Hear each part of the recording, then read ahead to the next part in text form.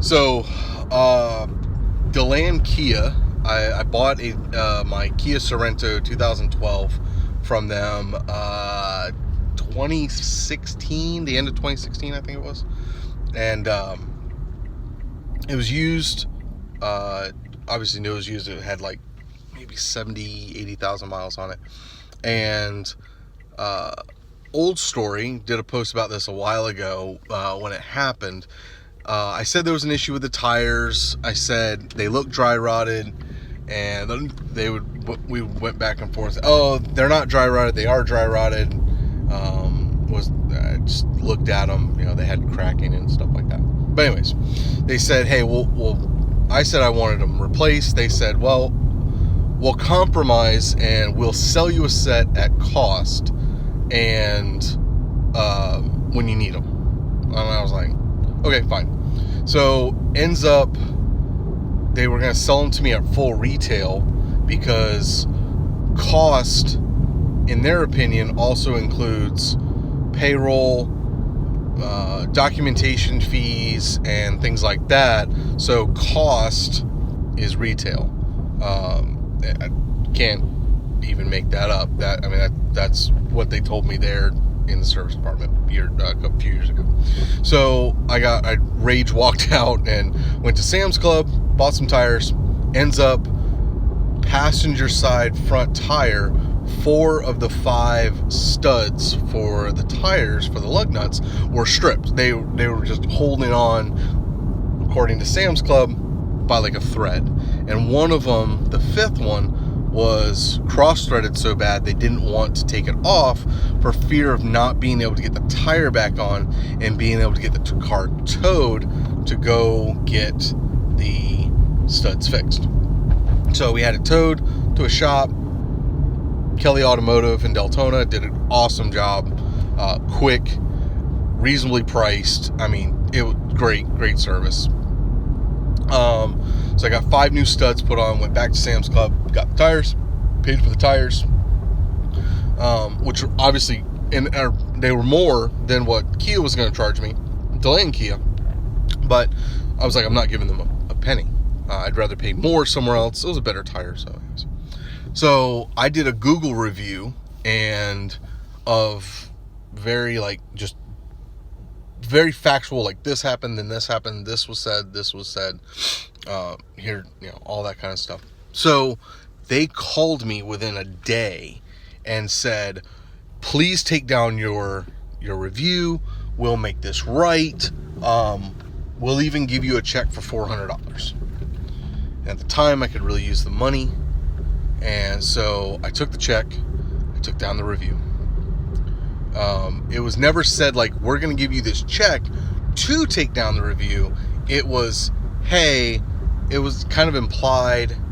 I just went along with it. I needed the money. I spent way too much money on the tires and the studs and all that kind of stuff. I needed to recoup some of that. So that's what I did.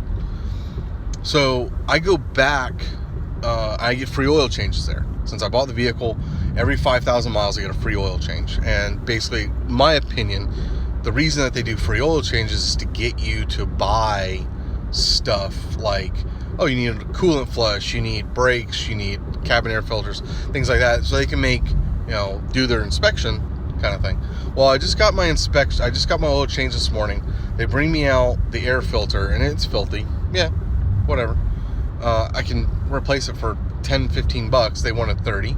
I understand they got to make a profit. They're a company. So I said, no, I'm not going to pay $30 for that. I'll do it myself. She goes, okay, well, you also need all your fluids flushed. And she goes, yeah, your brake fluid, blah, blah, blah. I said, my brake fluid? She goes, yeah, it's like a burnt dark brown or burnt brown or something like that. I said, the fluid that I just flushed out last weekend when I did brakes and rotors. And she's like, well, how'd you do that on your own? You have to have a machine for that.